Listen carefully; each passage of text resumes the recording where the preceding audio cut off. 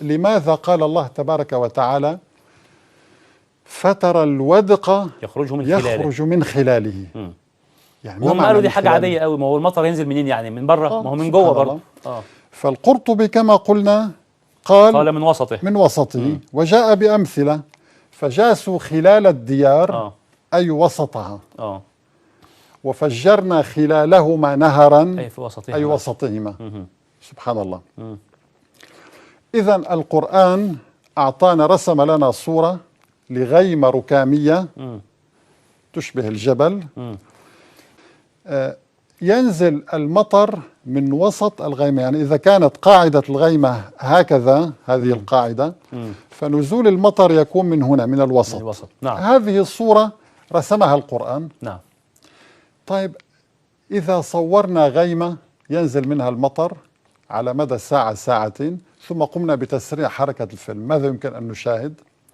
هذا ما قام به العلماء في ولاية أريزونا، لأن هناك صحراء كبيرة وممتدة وفيها مساحات هائلة، فقاموا بتصوير هذه الغيمة. وسبحان الله، نفس المشهد الذي صوره القرآن رآه العلماء هناك في ولاية أريزونا في أمريكا. هنا هذا منظر بالطائرة، سحاب ركامي، وهذه الصورة حقيقية. والمطر الغزير يتدفق من وسط الغيمة، انظر يا سبحان الله. وهذه صورة حقيقية، مطر غزير يتدفق من وسط الغيمة. يا سبحان الله.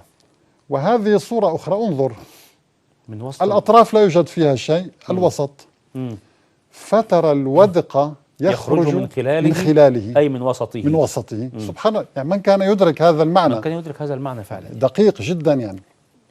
يعني إذن هذه حقيقة علمية احتوى عليها القرآن الكريم، وجديدة لم يتطرق ولم يعرفها أحد من قبل. انظر إلى هذه الغيمة الركام مثل الجبل، انظر القمة كأنها شجرة يا دكتور، كأنه جذع شجرة وفي وسط الشجرة. سبحان الله. سبحان الله. يعني انظر هذا المشهد، لأن الله الذي خلق تحسبها جامدة وهي تمر مر السحاب. سبحان الله. حتى التصوير للجبال، حركة الجبال شبهه بحركة الغيوم. وهذه الصورة من الطائرة، منظر من الطائرة لمطر غزير يتدفق من وسط الغيمة كما نشاهد بشكل، يعني والله إن الإنسان ليعجب. يعني ما الذي يقوله الملحدون عن القرآن؟ يعني ما الذي وجدوه يناقض العلم؟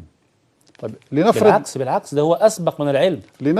لنفرض لا يوجد شيء جديد، ولكن ما الذي يناقض العلم؟ يعني ما الذي يمنعني أنا من أن أتبع القرآن الكريم إذا كان بهذه الدقة العلمية؟ يعني إذا تحدث القرآن عن نظرية علمية فهي حقيقة مؤكدة. نعم. انظر إلى شعاع البرق كيف ينزل من وسط الغيمة أيضا، لأن الآية ربطت بين الودق ثم قال يكاد سنا برقه، أي برق الودق. هذا الودق أو هذا السحاب يذهب بالأبصار. لم يقل يكاد برقه، يكاد سنا برقه، لأنه لو قال سبحانه وتعالى يكاد البرق يذهب بالأبصار لكان هناك خطأ علمي. لماذا؟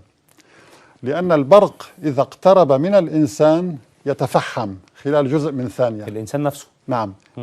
إذا صعق البرق مباشرة، لذلك قال يكاد سنا برقه، أي شعاع برقه، ضوء برقه.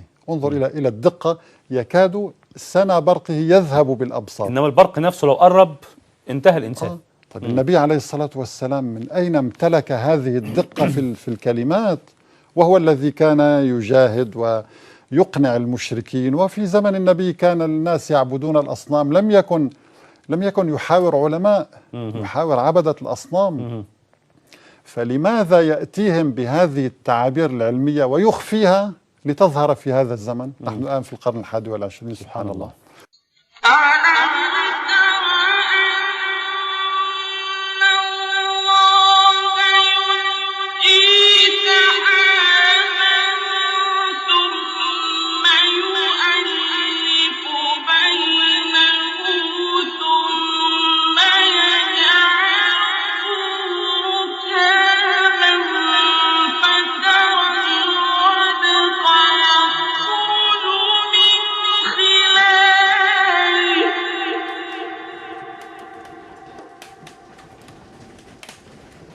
وينزل من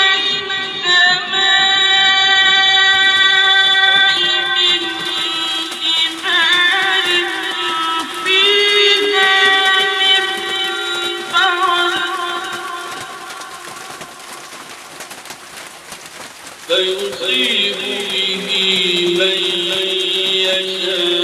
يشاء ويصرفه عن من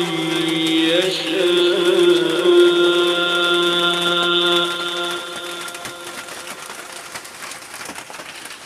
يكاد سنا برقه يذهب بالأبصار